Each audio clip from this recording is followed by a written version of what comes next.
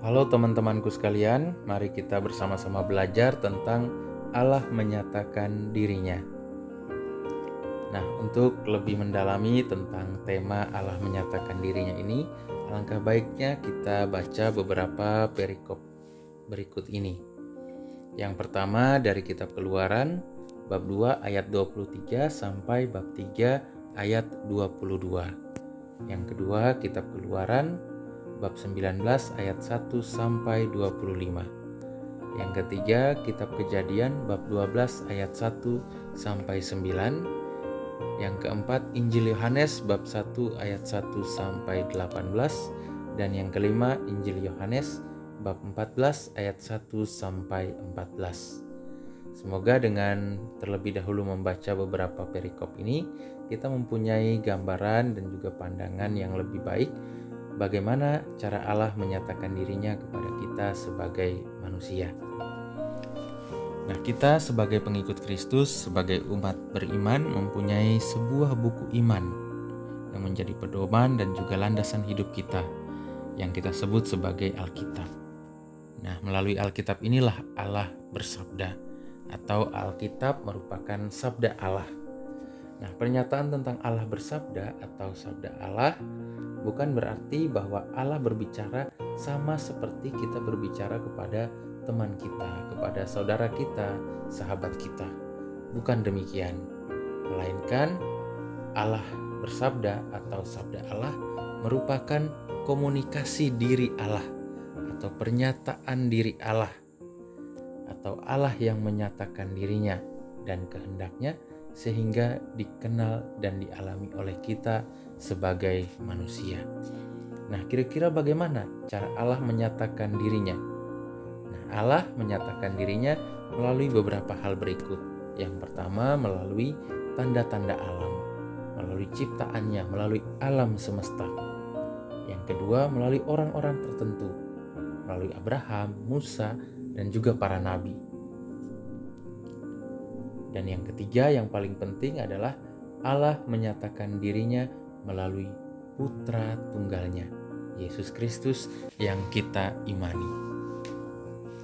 Nah, mari kita lihat bagaimana Allah menyatakan dirinya melalui tanda-tanda alam, melalui alam semesta dan segala ciptaannya.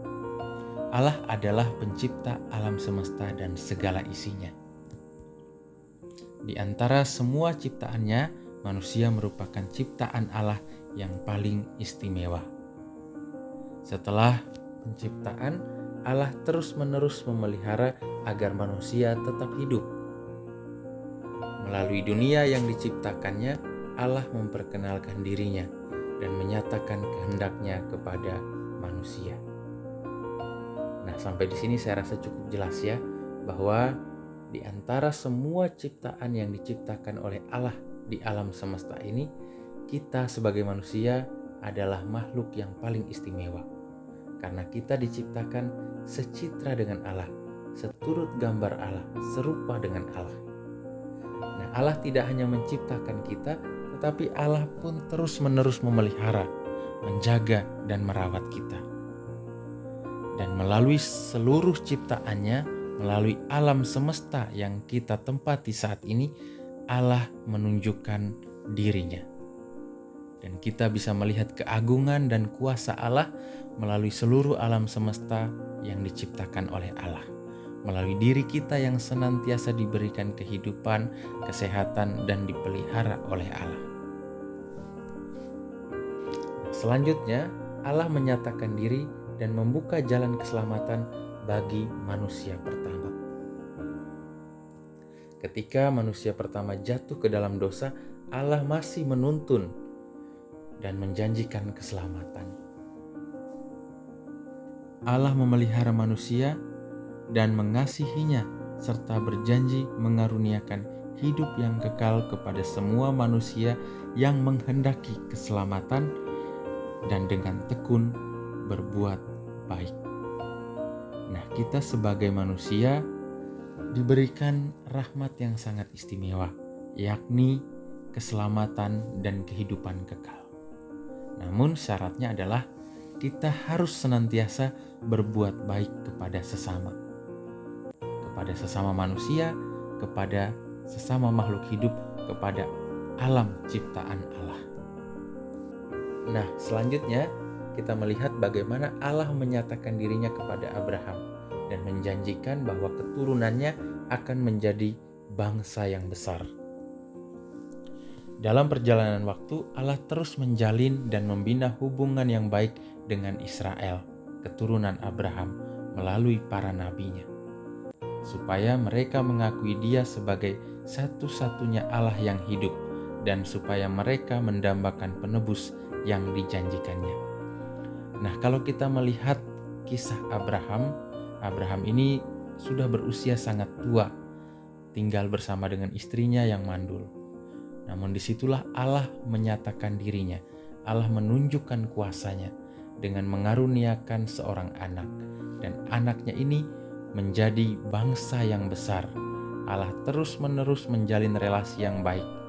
Walaupun bangsa keturunan Abraham ini seringkali melanggar perintah Allah, seringkali tidak setia kepada Allah, tetapi Allah terus-menerus mendampingi, membimbing mereka dengan mengutus para nabinya. Dan pada akhirnya Allah mengutus putra tunggalnya, Yesus Kristus, yang dijanjikannya untuk menyelamatkan mereka semua, untuk menebus mereka semua, termasuk kita saat ini, dari segala dosa kita. Nah, selanjutnya Allah mengutus putranya untuk tinggal dan hidup bersama-sama dengan kita sebagai manusia.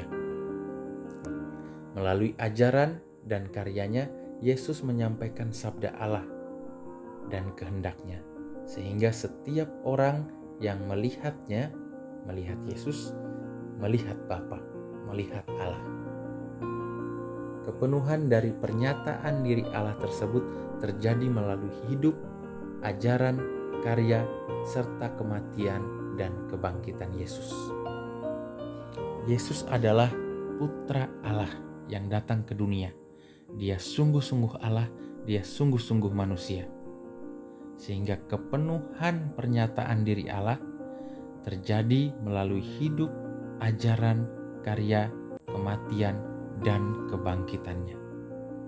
Maka kita sebagai pengikut Kristus tidak sia-sia mengimaninya, sebab kita pun akan diberikan keselamatan dan kehidupan kekal.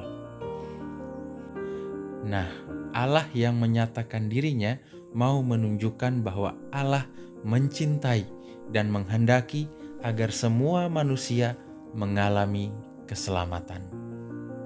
Semoga Tuhan memberkati dan terima kasih.